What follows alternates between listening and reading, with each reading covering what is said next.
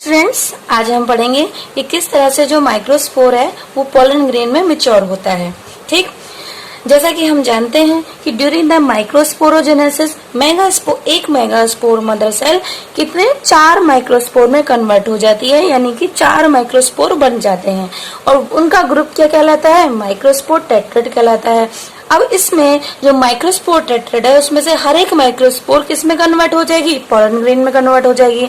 तो आज हम देखेंगे कि किस तरीके से जो माइक्रोस्पोर है वो पोलन ग्रेन में कन्वर्ट होगा। Is that clear? तो सबसे पहले क्या होगा, जो माइक्रोस्पोर है वो थोड़ी सी साइज में it will grow in size, और उसके बाद में क्या होगा, there is the formation of intine and exine as well. Clear? And after that हम ये जानते हैं कि माइक्रोस्पोर के अंदर क्या है, एक न्यूक्लियस है जो कि हैप्लॉइड है। अब ये जो माइक्रोस्पोर का जो स्ट्रक्चर है ये किसमें मैच्योर होगा? पोलन ग्रेन में मैच्योर होगा। तो देखिए, आइए देखते हैं कि किस तरीके से ये मैच्योरेशन होता है। जैसा कि एनसीईआरटी बुक में आपको बताया गया है कि जो मैच्योर पोलन ग्रेन है वो 2 सेल्ड स्टेज का होता है। उसमें एक बड़ी सेल होती है जिसे हम वेजिटेटिव सेल कहते हैं और एक छोटी सेल होती है जिसे हम क्या कहते हैं? जेनेटिव सेल कहते हैं। Is that clear? और ये भी लाइन लिखी हुई है कि भाई जो जेनेटिव सेल है, this is what, this is the generative cell, and this is what, this is the vegetative cell. ये बड़ी वाली वेजिटेटिव सेल है और छोटी वाली क्या है? जेनेटिव सेल है। हम ये कहते हैं कि जो छोटी सेल है, जेनेटिव सेल है, वो वेजिटेटिव सेल के अंदर फ्लोट करती है। लेकिन कैसे करती है, आइए आज इस वीडियो में हम यही देखेंगे। चलिए स्टार्ट करते हैं। So this is the microspore. हम ये जानते हैं this is the outer layer जो मैंने ब्लैक कलर से बनाई है, इसको हम कहेंगे एक्साइन, राइट। जो मैंने पिंक कलर से बनाई है दिस इज द इंटाइन, ये अंदर की लेयर है। ठीक, दिस इज द इंटाइन। ये साइटोप्लाज्म है और ये माइक्रोस्पोर का क्या है? न्यूक्लियस है। मैंने आपको यहाँ पर माइक्रोस्पोर में एक्साइन और इंटाइन बनाकर दिखा दिए हैं। अब हम ये समझेंगे कि किस तरीके से 2 सेल्स का निर्माण होता है और जो बड़ी सेल है वो छोटी सेल को किस तरीके से, छोटी सेल बड़ी सेल के अंदर किस तरीके से फ्लोट करती है।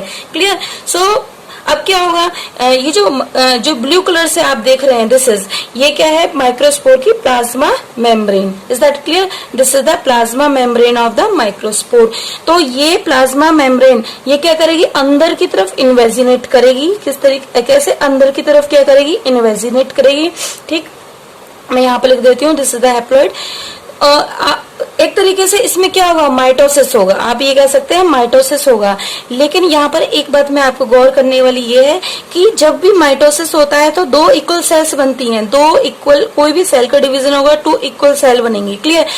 उसको आप एक तरीके से कह सकते हो सिमेट्रिकल सेल डिवीजन आप कह सकते हो। लेकिन अगर यहाँ पर क्या है कि यहाँ पर डिवीजन तो हो रहा है, माइटोसिस डिवीजन हो रहा है। Is that clear? लेकिन यहाँ पर 2 अनइक्वल सेल बन रही हैं, एक बड़ी और एक छोटी।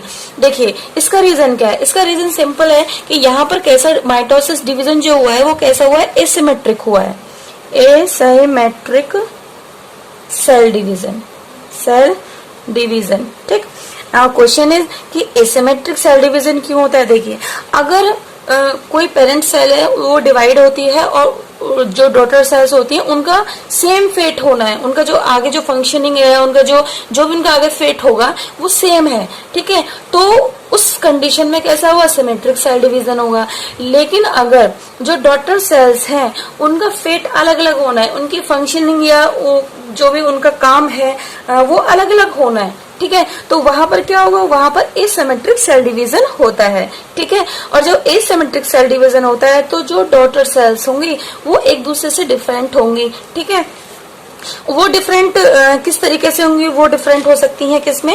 अगर हम एसिमेट्रिक सेल डिवीजन की बात करते हैं, सेल डिवीजन की बात करते हैं, तो इसमें क्या होगा? व्हेन, मैं लिख देती हूँ थोड़ा सा, when the fate of daughter cells, जो भी डॉटर सेल्स हैं, daughter cells is about to different, उनका अलग अलग होना है, देन तब क्या होगा? The cell division takes place will be asymmetric. वो कैसा होगा? एसिमेट्रिक होगा। सॉरी एसिमेट्रिक, ठीक है। तो और यहाँ पर जो डॉटर सेल्स होंगी वो एक दूसरे से क्या डिफर करेंगी, एक दूसरे से क्या होंगी, डिफरेंट होंगी, क्योंकि उनका जो फेट है वो भी डिफरेंट, उनकी आगे चल के जो फंक्शनिंग है वो भी डिफरेंट होने वाली है। यहाँ पर एसिमेट्रिक से मतलब क्या है, देखिए जो दोनों डॉटर सेल्स हैं वो किस किस में एक दूसरे से डिफरेंट हो सकती हैं, वो डिफरेंट हो सकती हैं शेप में, वो डिफरेंट हो सकती हैं साइज में, ठीक है, वो डिफरेंट हो सकती है उनकी मॉर्फोलॉजी में, क्या मॉर्फोलॉजी में, वो डिफरेंट हो सकती हैं उनके जेनेटिक पैटर्न में, किसमें, जेनेटिक पैटर्न में, जेनेटिक पैटर्न में। Is that clear?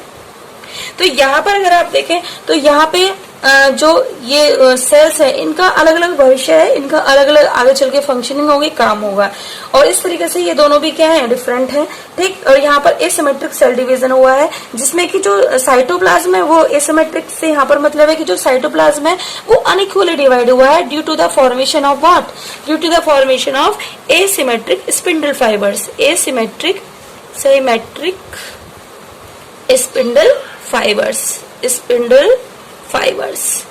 ये स्पिंडल फाइबर्स एसिमेट्रिक क्यों डेवलप हुए हैं ड्यूरिंग द सेल डिवीजन, क्योंकि सेल डिवीजन कैसा होना है, एसिमेट्रिक होना है। Is that clear? तो आई होप आपको ये समझ में आ गया होगा कि क्यों एक बड़ी सेल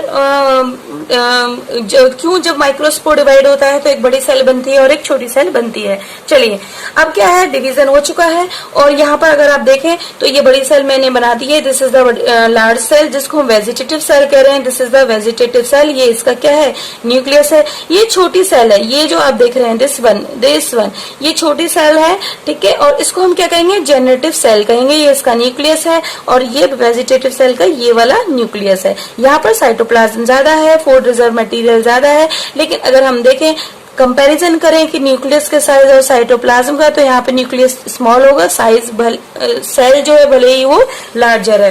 क्लियर?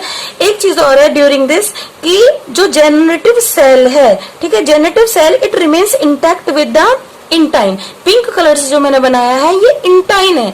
तो जेनेटिव सेल क्या होती है, वो इंटाइन से चिपकी हुई रहती है, इंटैक्ट रहती है। तो इसको अलग होने के लिए, इसको सेपरेट करने के लिए क्या हुआ, there is the formation of callose, जो कैलोस ऑर्गेनिक मटेरियल है उसका फॉर्मेशन होता है around the generative cell, there is the formation of callose. तो जो मैंने यहाँ पर ग्रीन कलर से दिखाया है दिस वन, तो मैंने कोशिश की है ये शो करने की कि जो जेनेटिव सेल है उसके चारों तरफ ग्रीन कलर का क्या हो रहा है, कैलोस जो है उसका निर्माण इसने जेनेटिव सेल ने किया है ताकि ये इंटाइन से अलग हो सके। अब क्या है, जो जेनेटिव सेल है वो इंटाइन से अलग हो चुकी है, लेकिन अभी भी इसके चारों तरफ क्या है, ये कैलोस है।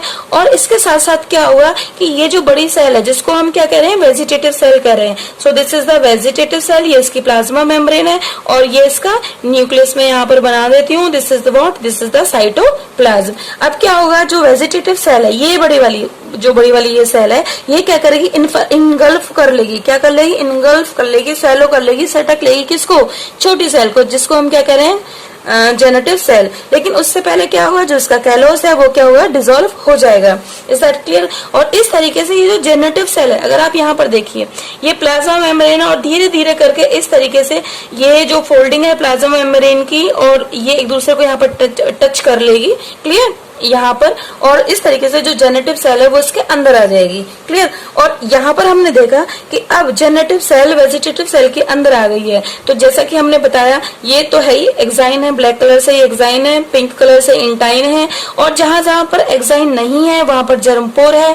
और ये this is the plasma membrane of the vegetative cell, और ये वेजिटेटिव सेल का ये क्या है, न्यूक्लियस है, this is the nucleus of the vegetative cell. अब ये this is the cytoplasm, this is the cytoplasm, और इस वेजिटेटिव सेल के अंदर अब ये इसके अंदर क्या है, this is the generative cell, ये क्या है, जेनरेटिव सेल है। Is that clear? तो अब आपको समझ में आ गया होगा कि किस तरीके से जो जेनेटिव सेल है वो वेजिटेटिव सेल के अंदर आ जाती है। क्लियर? लेकिन अगर आप देखें इसमें जो हमारी एनसीईआरटी की बुक है उसका जो फिगर अगर हम देखें तो मैंने यहाँ पर ये वैक्यूल बना दिए हैं वेजिटेटिव सेल के अंदर, this is the cytoplasm and this is the nucleus. Again यहाँ पर ये मैं अच्छे से न्यूक्लियस थोड़ा सा मैं ड्रॉ कर देती हूँ। Let's make the nucleus with this red colour. ठीक है, तो ये क्या है, दिस इज द एक्चुअली में क्या है कि ये जो जेनेटिव सेल है, ये जेनेटिव सेल की जो ये सेल वॉल है, ये थोड़ा सा ये जेनेटिव सेल को नीचे करके इस तरीके से दिखाया गया है, बट एक्चुअली में क्या है तो इसमें पता नहीं चल रहा है। बट एक्चुअली में क्या है, ये जो जेनेटिव सेल है वो इस तरीके से किसके अंदर फ्लोट कर रही है, वेजिटेटिव सेल के अंदर फ्लोट कर रही है। तो समटाइम स्टूडेंट्स में गॉट कंफ्यूज कि ये इस तरीके से कैसे दिखाया गया है। ये इस तरीके से यहाँ पर है कि जो ये जेनेटिव सेल है वो पूरी तरह से पूरी तरह से किसके अंदर है, वेजिटेटिव सेल के अंदर है। और वेजिटेटिव सेल ने अपनी जो प्लाज्मा मेम्ब्रेन है उसको इस तरीके से फोल्डिंग बनाई और चारों तरफ इसके और इसको इनगल्फ कर लिया। क्लियर? सो अगर आप इस स्ट्रक्चर में देखें, सो दिस इज द एक्साइन, ये जर्म पोर है जहां पर एक्साइन एब्सेंट होती, सो जहां पर एक्साइन नहीं है यानी जहां पर स्पोरोपोलेनिन नहीं है वहां पर जो स्पेस क्रिएट हो गया दैट इज जर्म पोर। और क्या कहते हैं, जर्म पोर 1, 2, 3 हो सकते हैं, यूनिपोरेट, बाइपोरेट, ट्राइपोरेट जो पोलन ग्रेन है वो हो सकते हैं। और this is the cell wall of the generative cell. और अगर आप देखें उसको थोड़ा सा ऊपर करेंगे तो ये इधर भी सेल वॉल ऐसे होगी, स्पिंडल शेप। जेनेटिव सेल कैसी होती है, स्पिंडल शेप होती है, स्पिंडल शेप होगी, यहाँ पर SHAPE शेप होगी। ठीक है, और इस तरीके से जो फाइनली जो पोलन ग्रेन है वो 2 सेल्ड स्टेज होता है। सो आई होप कि स्टूडेंट्स अब आपको ये चीज क्लियर हो गई होगी कि किस तरीके से जो 2 सेल्ड स्टेज पोलन ग्रेन तैयार होता है। एंड अब हम आगे बात करते हैं किसकी, कंपाउंड पोलन ग्रेन की। तो इसको भी हम थोड़ा सा देख लेते हैं कि कंपाउंड पोलन ग्रेन क्या होते हैं। देखिए, जैसा कि हम सब जानते हैं कि ये माइक्रोस्पोर टेट्राड है। This is the microspore tetrad, microspore tetrad. Is that clear? हम ये जानते हैं कि हर एक माइक्रोस्पोर किसमें कन्वर्ट होगा, पोलन ग्रेन में कन्वर्ट होगा। लेकिन क्या होता है कि जो माइक्रोस्पोर पहले क्या होंगे, एक दूसरे से डिटैच होंगे, मतलब एक दूसरे से सेपरेट होंगे, अलग होंगे। ठीक है, अलग होने के बाद में वो किसमें कन्वर्ट होंगे, वो कन्वर्ट होंगे पोलन ग्रेन में। लेकिन यहाँ पर ऐसा नहीं है। ये यहाँ पर क्या है कि माइक्रोस्पोर किसमें कन्वर्ट हो गए, पोलन ग्रेन में तो कन्वर्ट हो गए हैं, लेकिन ये अभी एक दूसरे से अलग नहीं हुए हैं, सेपरेटेड नहीं हुए हैं। इस तरीके से पोलन ग्रेन जो है यहाँ पर एक दूसरे से अटैच है, एक दूसरे से क्या है, इंटैक्ट है, अटैच है। They remain still they are in tetrad form. Is that clear? तो इस तरीके का जो स्ट्रक्चर बनता है when pollen grains fully formed mature pollen grains are in the form of a tetrad and they are in a group, तो उसको हम क्या कह देंगे, compound pollen. I hope students को कंपाउंड पोलन अच्छे से समझ में आ गया होगा। Is that clear? चलिए आज हम एक और पॉइंट यहाँ पर क्लियर करेंगे, that is the polonium. Polonium क्या होता है? देखिए, ये थोड़ा सा अच्छा सा नहीं बना है। मैं एक काम करती हूँ, इसको थोड़ा सा आपको इस तरीके से यहाँ पर करके दिखा देती हूँ। ठीक है, हम ये जानते हैं कि जैसे नॉर्मली, जनरली, टिपिकली क्या होता है कि suppose this is the anther, ये एंथर है। सपोज ऐसे करके ये मैं बाहरी वो बना रही हूँ और दिस इज द एंथर। तो ये एंथर में अगर मैं बाहर से देख रही हूँ तो 2 लोब हैं। एंथर में क्या है ये, ठीक है, और बीच में क्या है, कनेक्टिव टिश्यू है। क्लियर? एंथर की ये 2 लोब हैं। क्लियर? तो इस तरीके से मैं यहाँ पर बना लेती हूँ।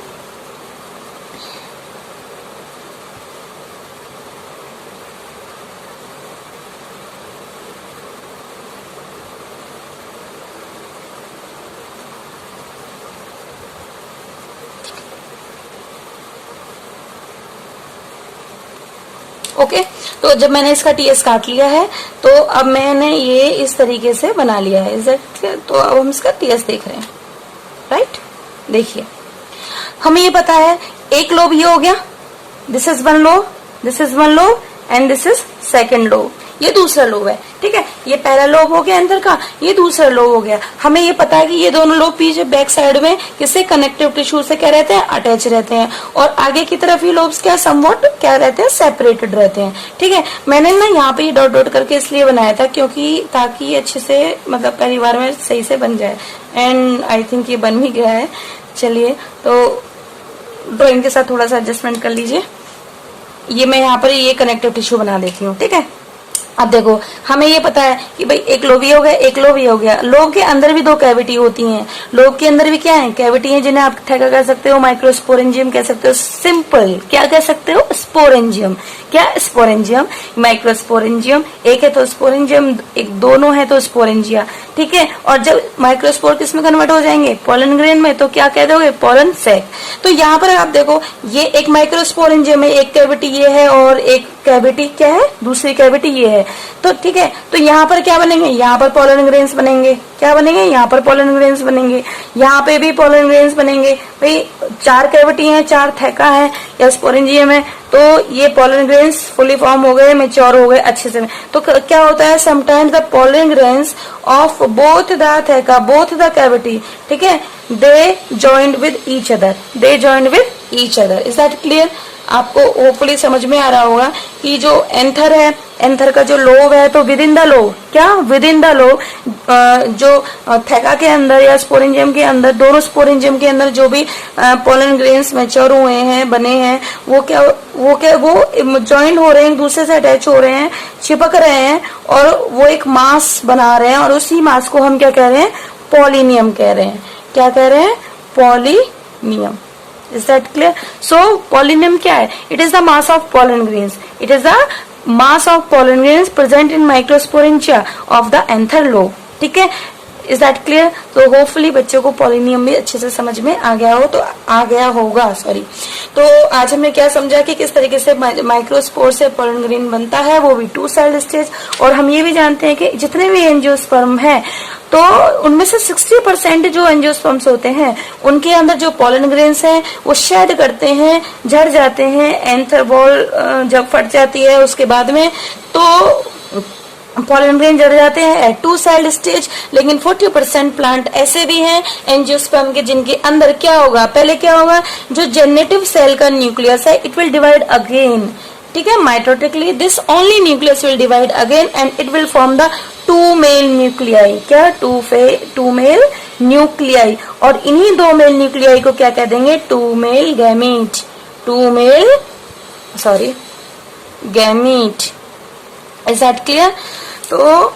तो पोलन ग्रेन का एक ऐसा स्ट्रक्चर हो गया जिसके अंदर 2 मेल गैमीट हैं, इसलिए हम पोलन ग्रेन को गैमीटोफाइट भी कह देते हैं। ठीक है, गैमीटोफाइट हम इसको तब कहें तब ज्यादा अच्छा होगा जब पोलन ग्रेन से क्या बन जाती है, पोलन ट्यूब बन जाती है, और जो इसके 2 मेल गैमीट हैं वो पोलन ट्यूब के अंदर आ जाते हैं। और इसमें पोलन ट्यूब बनाने में कौन हेल्प करता है, ये हेल्प करता है वेजिटेटिव सेल। इसके जो न्यूक्लियस है वो हेल्प करता है, इसलिए इसके वेजिटेटिव सेल के न्यूक्लियस को हम ट्यूब न्यूक्लियस भी कहते हैं। So this is all about